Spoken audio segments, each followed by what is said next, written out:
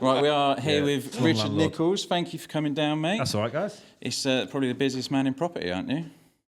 I like to think I do work hard. Yeah. I work hard. I also am one of those strange. I think you're the same as yourselves, but it's sort of half your hobby, half your social life, half your work.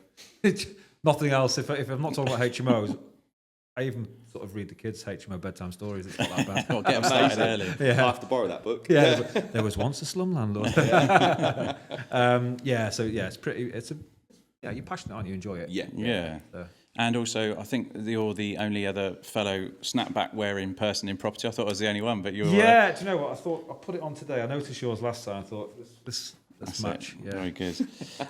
So tell us a bit about your background then, Richard, because obviously you're up and down the country, 24/7 on the road, it sounds like, going up and down, valuing HMOs.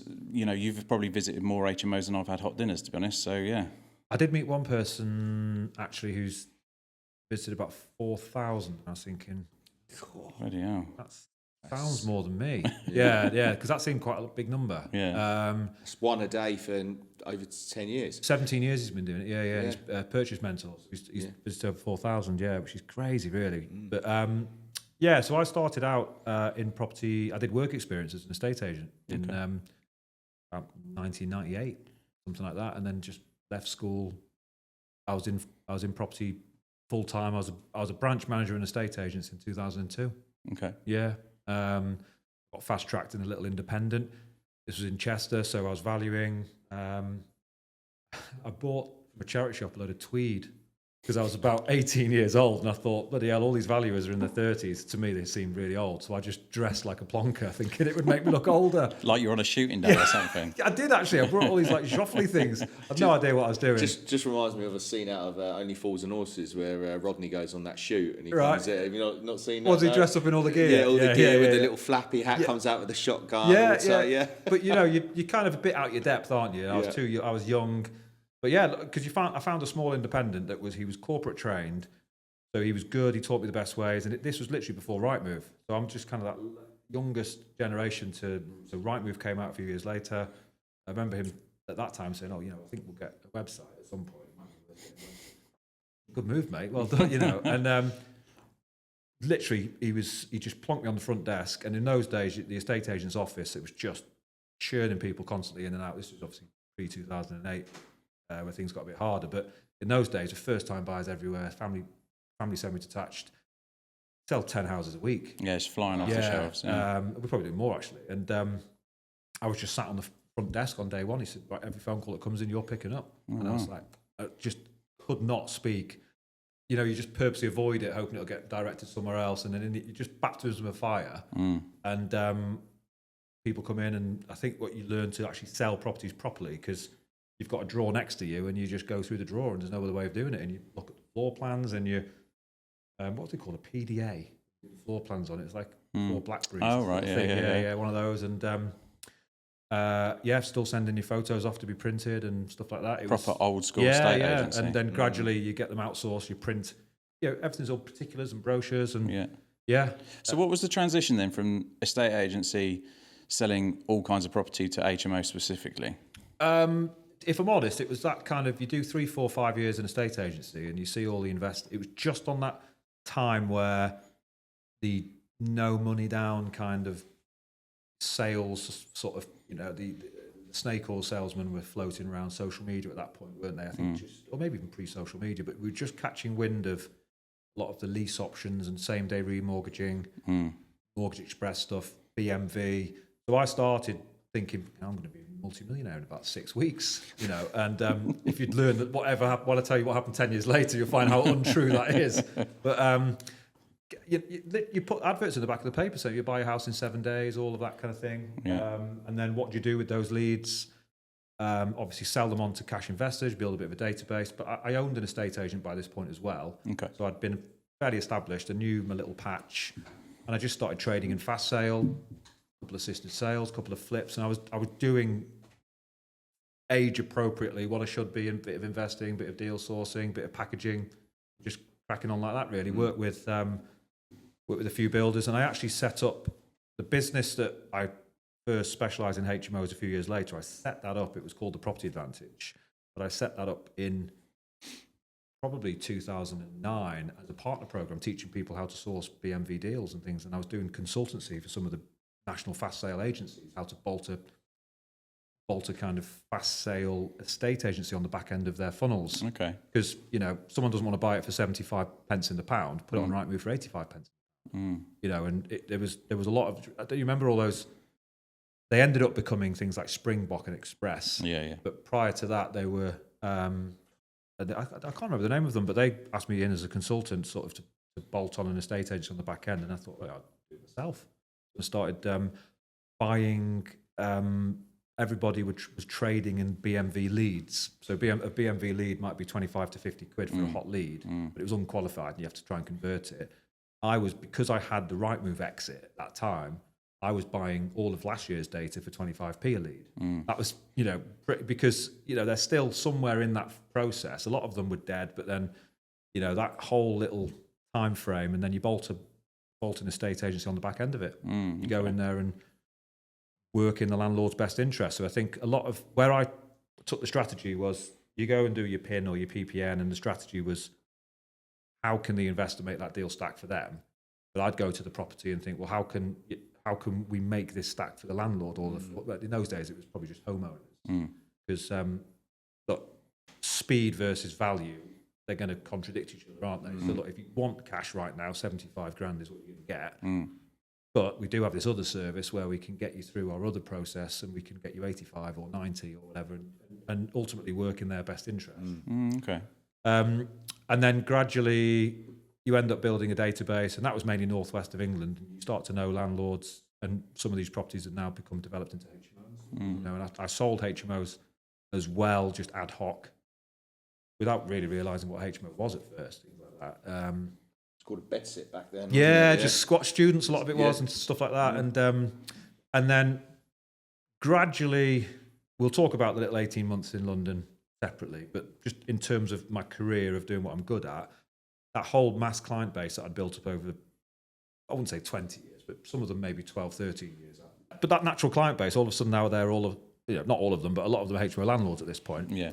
And then if you're a HMO landlord, who do you go to sell your HMO? That was the kind of question. And that was missing. Yeah. So that was that was the question I tried to answer, which would have been 8 years ago now, something as a specialism, thinking, well, do they go back to the sourcer that found them the deal? Well, not really, because they want to find the buyer a deal, don't they? So if you're a landlord now, so I just started specialising selling tenanted HMOs for landlords. And yeah, that you realise that you've come across something that during that time, I'd say 8 to 9 years ago, it was mainly really on myself and Rupert Wallace from Agent HMO.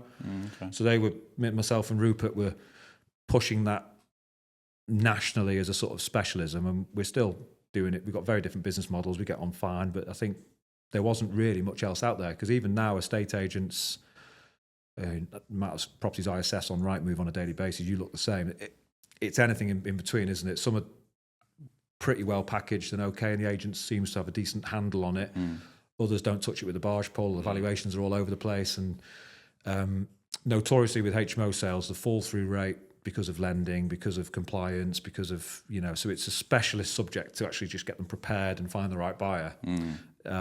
We've actually picked up HMOs that the agent didn't even know they were a HMO. Yeah. And we've gone below market value, and we were like, you could have sold this for 20, 30 grand more if you would have known what you're sitting on here. Yeah, that's crazy. Yeah. Yeah, and you know, then it becomes a bit of an obsession that's my little USP in the market now, really. So it's got to the point where several times you're then churning 150, 200 valuations a month, and you're driving around the country, you're praising them, and you then realise that there's not actually that many people that are looking at it, the whole country detached like that. Yeah, there's not many people there's a lot of regional operators, like us being one, and there's hundreds or thousands across the country in there where you've got your own specialism in your area. Because when we were talking to Ed earlier, there's so many different nuances around the country, but I don't know of anyone else that's got that the breadth of knowledge across the whole of the UK like you do. Because obviously you're just on the road all the time, and it can't be. You can't. There's no shortcut to that, which is where it's 3 days a week on the road, two nights away, hotels, you know, visiting hundreds of properties a year, like physically walking into them, and also anecdotally listening to what everyone's saying and gathering all of that info, because you can't. So I work a lot with the prop tech, like you just mentioned Ed there. The one thing that can't be algorithmed or scraped is the nuance of the valuation at the back end, because that's still, you know, area specific and so you know, like a prolific operator locally, you might have you pretty much know where it's going to be because you've been working with the same rinse and repeat for quite a while. So but most people, first, second, or third HMO in that kind of bracket, a lot of it's just finger in the air, and they come to me asking for GDV appraisals or a bit of help, and they're way off. And I know Ed mentioned before that HMO checker, it's almost like a little bit of a pre-app appointment. We're seeing that we do the same service where we don't want them to actually buy these properties because, you know, if they come to us and they say, "Oh, can you assess this property? I'm thinking about buying it. It's coming up to auction. Can you give me an appraisal?"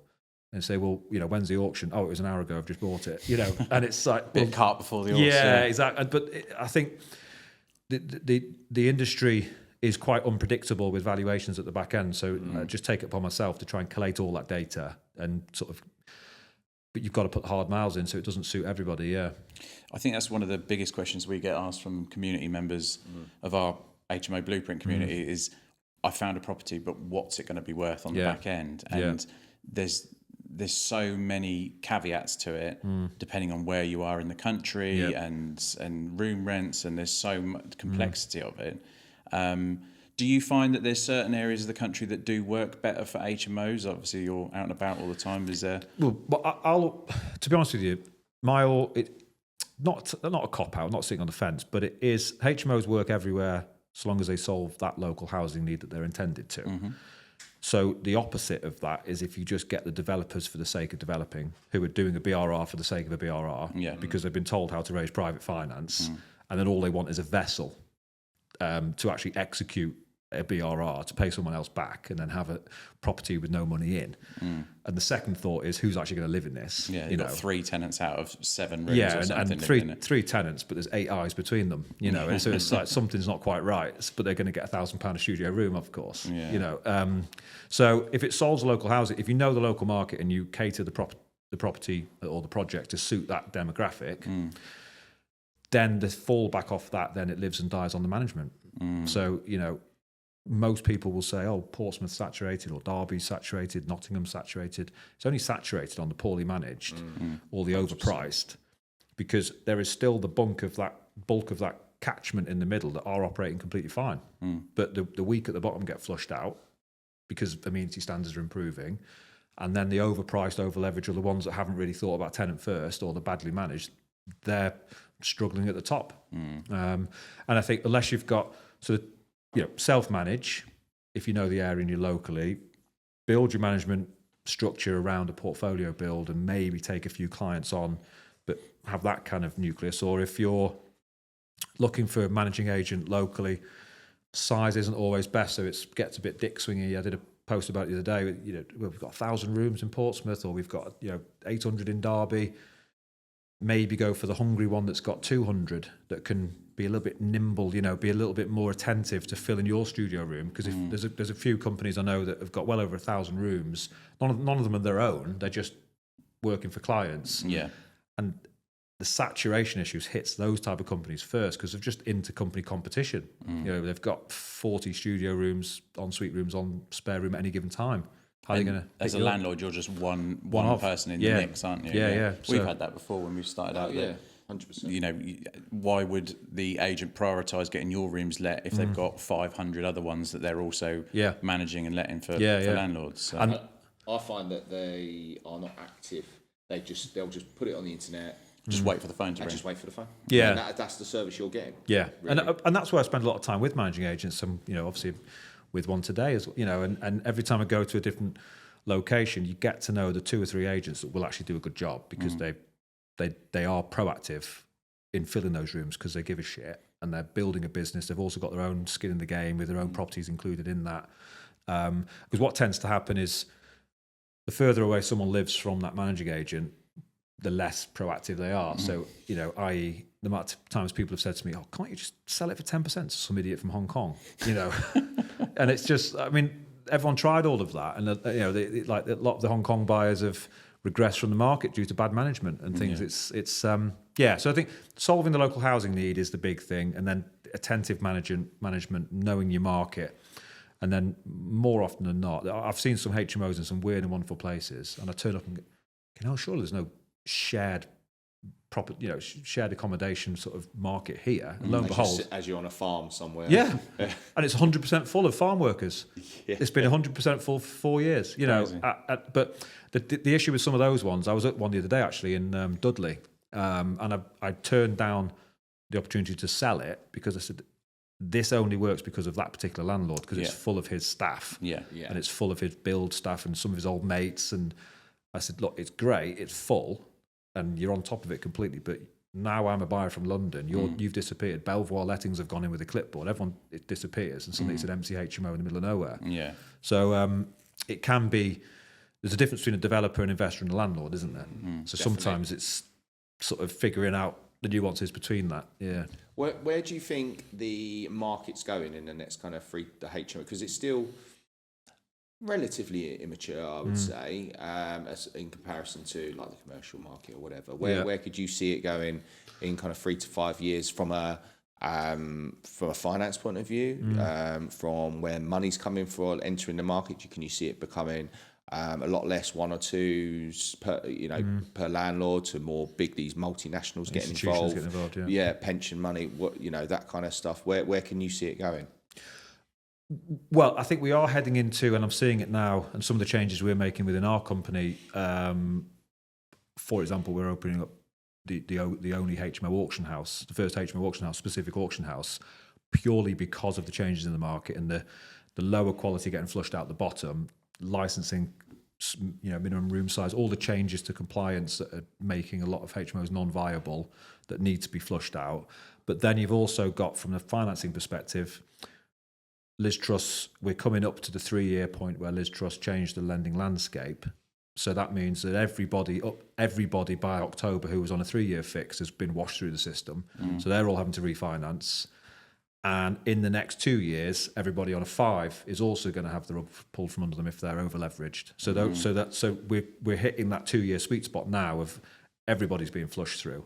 Because even if right up until September 2022 you're locked in on a 5-year fix, well, you've only got 2 more years left, and you've got to make a decision.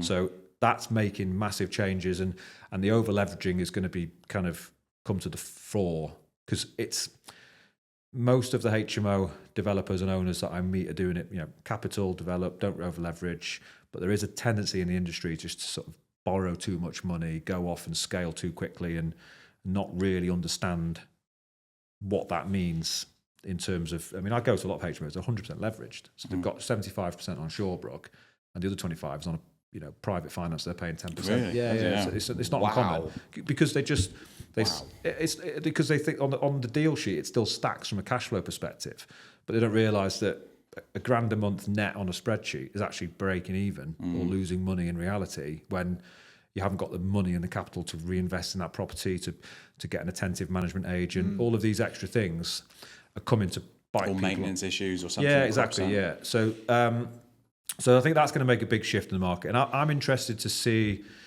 I think the developers that I'm working with, so you're looking at the next wave of HMOs, a lot of it is commercials with uppers. We're seeing all over the country. We're seeing that here, but there's even in Shrewsbury, where I am, I know of 3 commercial with uppers that are being converted, because I think there's more value for that type. You get, obviously you've got the commercial, you've got the ability that the lending, refinance makes more sense commercially. And I think the capital value of a lot of these C3 properties has gone so high, and the competition for them has gone so much, plus Article 4 has restricted that stock, going into commercial spaces and changing them and turning them into HMOs. And a lot of larger HMOs, because of economies of scale, are coming through now. Sort of the 5 and 6 beds are tough to stack if you're outsourcing everything, if you've got high lending costs. Plus, if you're not making your money on the turn with it, it's quite difficult to make a lot of these smaller ones stack creating more of them, which I don't think is a bad thing, really. So that's probably, and I'm interested. I asked the question at the weekend to a few people. Obviously, purpose-built student accommodations changed that market, but are we going to start to see the institutions come in and create big co-living. I know there were people have gone out of business. What was that company in London that went? They made wasn't there loads. something that Theo Paphitis was involved in as well? That he's part of. And it went under one of them. Yeah. But I don't know if there's going to be, because obviously the housing situation in the UK, they're needed. Yeah. But lots and lots of small 6-bed HMOs, is that going to be the way forward, or are we actually going to start to see more large purpose-built accommodation? They've got that in like Australia and stuff as well, haven't yeah. they? There's because housing stock's so expensive, so to have a self-contained purpose-built block of like PBSA, but for professionals. But you see, we see it all the time as well with. We have a done for you HMO service, so people will find it, do the donkey work and everything. But we get a lot of people coming through going, oh yeah, I want to leave. I have no money left in it. I want all my money back out. I don't really care what the cash flow is. But it's a bit of a fool's economy, really, isn't it? Because as you say, in 5 years' time, when you're on refi. And what they put in, what they took out at that point, quite often they've got a decision they need to put that capital back in to refinance at the same, And there's nothing wrong with that sort of stuff if you know what you're doing and you're able to, because all money out deals are fantastic for the people that can operate in that, in that environment and make it work and not over leverage, and they understand that you've got an increasing rent roll. Because for example, next week I'm going to a portfolio in Stevenage. So I valued it pre-Liz Truss on, let's say, 220 grand a year rent roll, this portfolio. I'm now valuing it now, it's nearly 300k rent roll. So yes, all of these costs and utilities and everything's gone up, but they've added 60, 70 grand a year in quite a short period of time because they know the local market. They bought there because of this biotech corridor.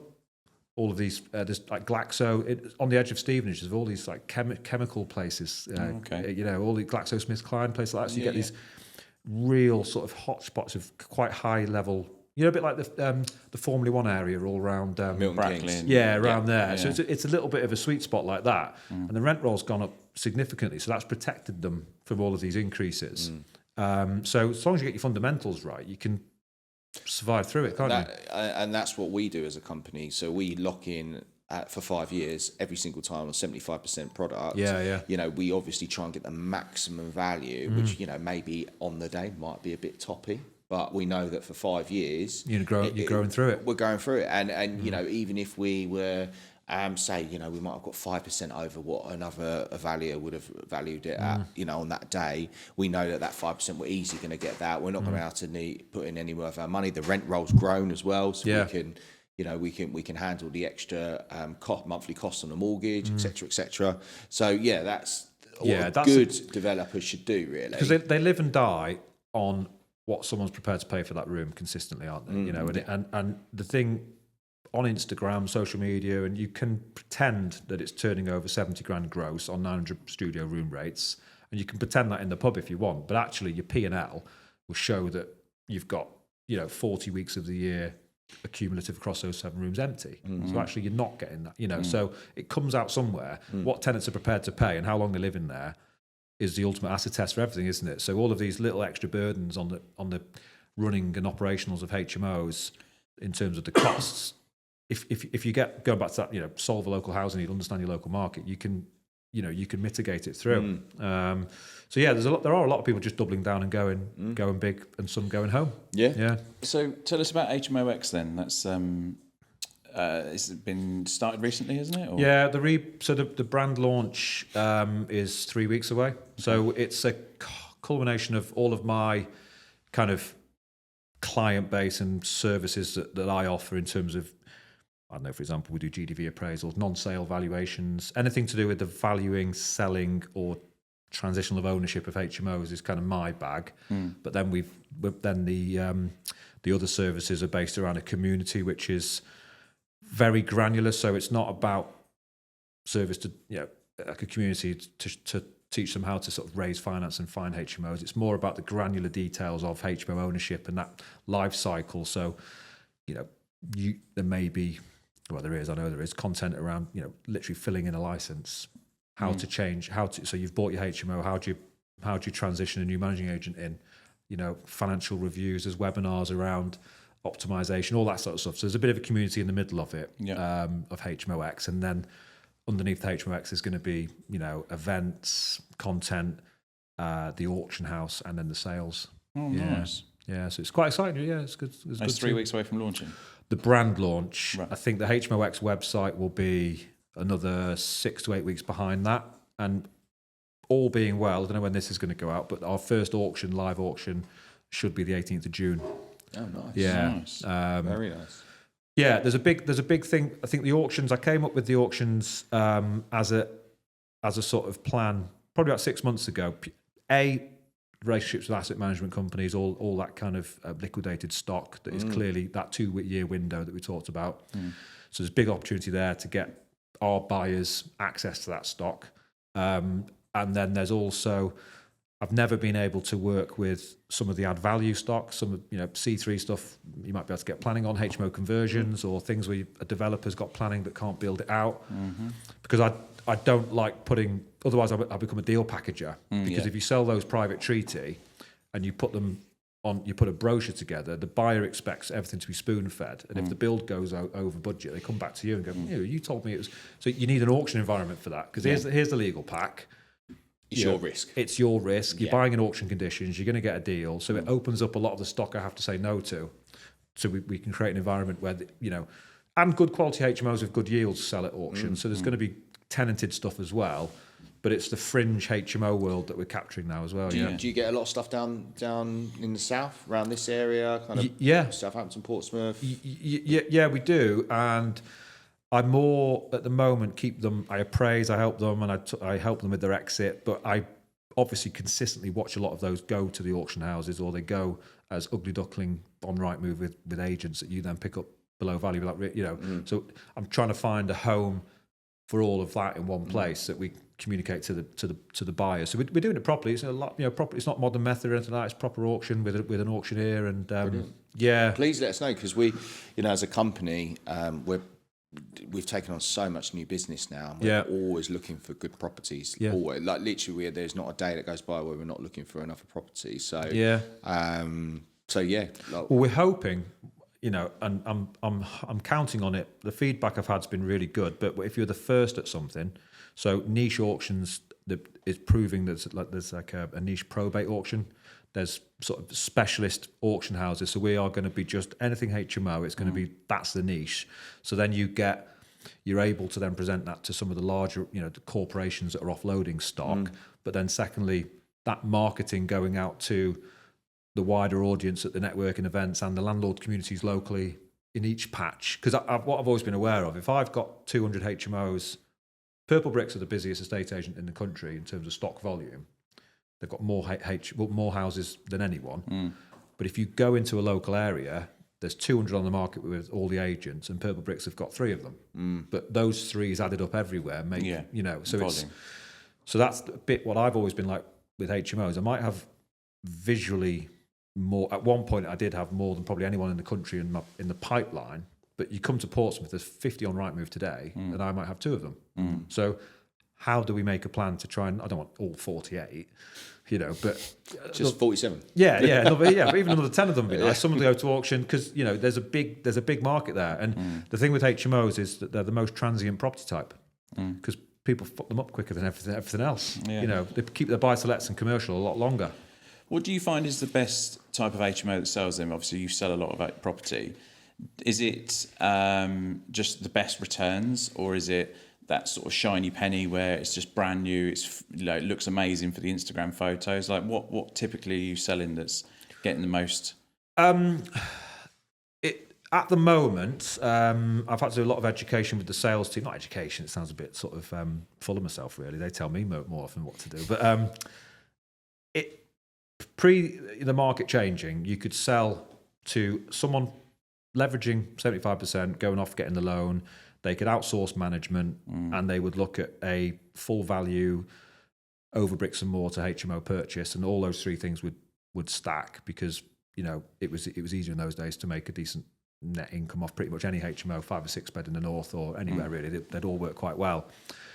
Most of our buyers at the moment, one of those 3 things is not there. So if they're looking at a tenanted HMO and they've got to pay 12% plus VAT for management, plus they've got to pay 6% for a loan, plus they're paying a premium above bricks and mortar, it won't stack. So it's either outsource all of those things, but this is sold at bricks and mortar value, so you're going to get capital appreciation, which takes pressure off the yields and stuff. Then you might make it work. Or they self-manage, but they're leveraging. Or they outsource everything, like the investor we've got down in Portsmouth at the moment. He's outsourcing everything, but he's cash. So one of those three things normally has to not be there. And it's in rare circumstances where, not rare, but then the bigger you get, economies of scale, then you can start building in all three again, because it's commercially, so bricks and mortar doesn't really matter.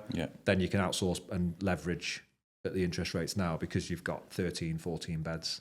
But my job is to get the balance for both parties always. So, I'll always try and get the seller the best that I can, knowing that I look them in the eye and I've got them the best result.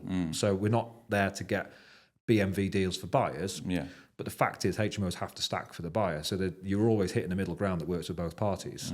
So you're working with this buyer at the moment that's from the States, right? It's got a lot of cash to buy up a portfolio in the UK. Are you finding that more and more from people from overseas? Less, actually. Okay. Yeah, this guy's quite... bloody hell, I was at Heathrow Airport with a big sign, like we had the whole team down. So overseas had a little purple patch before. For me, there's obviously companies in London with funnels, and they've got their setup. There might be an expat with particular client base, but for me, with my experience, I dealt with overseas a lot. 2017 to 2022. No, when was COVID? 2020? 2019. Was it? COVID. Yeah. It started COVID-19. So COVID-19. Yeah. So it was lockdown was March 2020, wasn't it? Yeah. So prior to that, there was a real purple patch for overseas, Dubai and Hong Kong, places like that, buying in the UK, getting the money through HSBC, through Hong Kong into the UK. The BNO thing as well for Hong Kong was happening with this British National Overseas. Yeah. So that was a nice little bit of a purple patch. Now, cost of lending, and they've got the additional stamp duty as well. There's extra stamp duty costs. And a lot of them had their fingers burnt with management, and they came in and grew too quickly. And there was a few big players that dealt with a lot of Asian buyers that just, a lot of them didn't finish the projects, didn't get them managed, and stuff like that. Wow. So we see less individual overseas clients coming in. But then maybe sometimes on the fund side of it, we've got a few funds that are buying that are associated with European money, for example, but they've got a UK base, and it's just where the institutional money is coming from. So it's not really the same. Like family offices and stuff. Do you do work with them? Every now and then you get a family, like an Indian family office, we sold to things like that. But it's usually, so high net worths is quite active for us at the moment, and this American would be in the ultra high net worth bracket. And we get a lot of just genuine high net worths because, if you're a seasoned investor buying tenanted HMOs, there's an opportunity now to buy them at a good price, because sometimes buying next door, going through planning, and actually the cost of materials, actually, the slightly not that good HMO a bit further along that's got grandfather rights. That's so there's apart from those kind of purchases, there's a lot of buyers that are sitting on their hands at the moment because it's not the right time to buy. But to sort of counterbalance that, there are non-property people that have just, so for example, we sold a couple of £1 million worth of stuff to a guy who sold his business out for 60 million quid, never even bought a property in his life.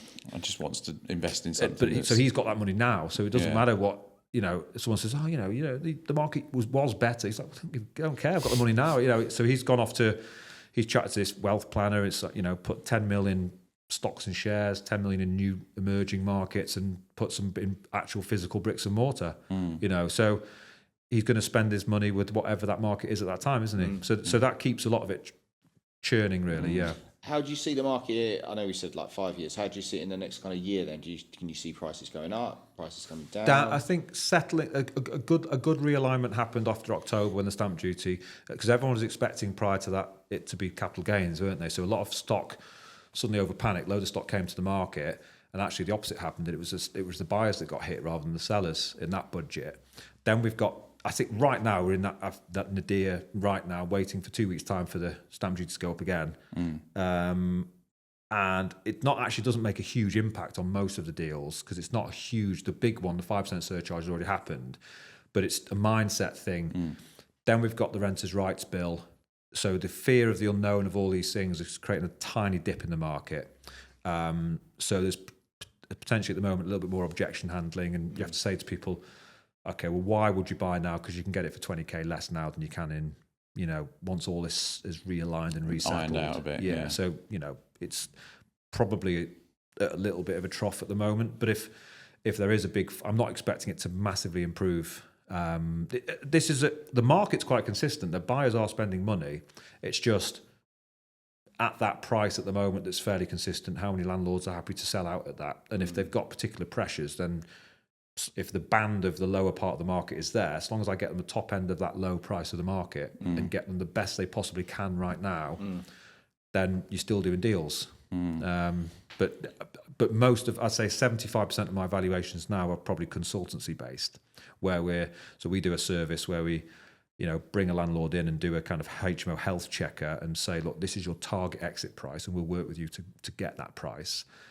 We give them some advisories, we give them a target sort of a timing, some of it's external factors, and then they go on our reserve list, because you don't want to have a HMO on Rightmove with a board up with a local agent for a few months because tenants get pissed off. It's too many viewings. Yeah. So we're saying, look, okay, right now it's 200, but you want 230. If you do these changes plus wait for the market to settle, you probably would get 230 in 6 to 9 months, maybe 12 months. So work with us, and they go on our almost like off-market B list. So that if you do get a unicorn buyer that comes in and says, oh, I'm a charity, I want a 6-bed all-ensuite HMO in Middleton, Manchester, then you've got one that can be sold at 230, and then you ring them up and say, look, your unicorn's arrived. Right. So a little bit of just being sort of just keeping them on the back burner. Yeah, because no one. There are obviously divorces and deaths and things in HMO sales, but the three, divorce, death and debt that drives auctions, or families is divorces and babies, and so the estate agency. Most HMO sales, even if there's a bit of a divorce with business partners and stuff, most of them can hang on 6 months for 30k more. There are a few that it's really like take the bottom price now, but for most you can work with them and help them out. Yeah. Can you imagine like getting a divorce from your business partner? You're chained at the hip to me, mate. I dream of it every morning now. So tell us about any horror stories you've seen that you've been out and viewed properties. You must have seen some stuff, whether it's tenants or like... I see loads of sex. Do you? Oh, yeah. Oh, wow. Yeah. Normally I'm involved, I'm joking. Obviously, but the cringiest part of my job, as I've done today on a few HMOs here, sometimes landlords just, it's obviously their property, but it's someone else's home, isn't it? Yeah. And they stand in the hallway and they knock once on this door. And then walk in. Fucking walk in. Yeah. And someone's on a night shift, because there's a lot of NHS staff, there's a lot of carers, there's a lot of people like that who, you don't mind a student who's lying in at midday. It's like, come on, mate, we are going to open your curtains now. Because, but, actual people on night shifts and stuff like that. And it's like, and I'm saying, look, we don't have to go in every room. Like, it's a 6-bed, couple of rooms. I get a feel for it. As soon as you walk in the door, you know what the place is like. Yeah. You haven't got to go in every room. But you get the odd landlord that says, no, boom, for they barge in, they turn this person's light on. You have to, go in the ensuite over there, and someone's just literally flushed the chain. So I find that really uncomfortable. Yeah, and it never gets easier. Is there any HMOs you've walked into that for the landlord and gone, fucking hell, like racist landlords? What are you running? Yeah, sexist, misogynistic, racist landlords. I've had buyers. So my old business partner was a lesbian, and this guy was driving up to buy 3 or 4 HMOs from us in Barnsley. Right. He was on the M1 or whatever it was, driving up from London, and he was homophobic to us. So I rang him up and said, turn around, go back to London, mate. Wow. Yeah, because you do get, but it's rare. But in terms of like the actual house, the HMO itself, have you ever walked in and gone, and it's just a health and safety nightmare with, do you know what I mean? Yeah, you do. In terms of compliance and everything as well. Yeah. I tend not to go in completely cold, because we do a form in advance where they've got to submit certain stuff. So I do remote appraisal, assess things remotely, have a call with them, and then get to the point where you've reached that 70% certainty it's worth the trip. But still, yeah, you do. And that's primarily, a lot of that is where the auction's going to come in, because if you can guide it and reserve it appropriately, and if someone is, because auction really, it enables the local market to buy off me, because normally I sell for the local market to people that don't live locally. But if there's these kind of non-compliant, they just need someone who knows what they're doing to come in and work with that landlord or that property. So yeah, you do see that sort of stuff. And at the moment, my only sales exit funnel is, decent tenanted, operational HMOs. Some of them are low end decent, but that kind of bracket. So yeah, enabling the lower end HMOs. So I think I put a post out a few weeks ago. So do we actually need any more HMOs now? Yeah, I saw that. Yeah, or do we just need better quality ones? So everyone going out and developing them, looking at the existing stock maybe and improve it. So, some completely don't work because unis move campus and it's just in the middle of nowhere now, or whatever. But there's a lot of underutilized HMOs that can be improved. Yeah. Yeah, so we've built a lot of our business, isn't it? Buying up old, run-down, tired stock and turning it into something bigger and better. Yeah. Right, well, thank you very much for coming down, mate. I know you're a busy man. On to your next meeting, but thank you for taking the time to have a chat. No worries, to us. I enjoyed that, guys. Yeah, thank you. Well, just quickly before you go, where can they find you then? Where can our listeners? Well, if you're talking about this evening, it'll be in the bar down the road by the curry huts. So I suppose I'm most active on Facebook, LinkedIn, Instagram. So if you search normally Richard Nichols HMO. Yeah.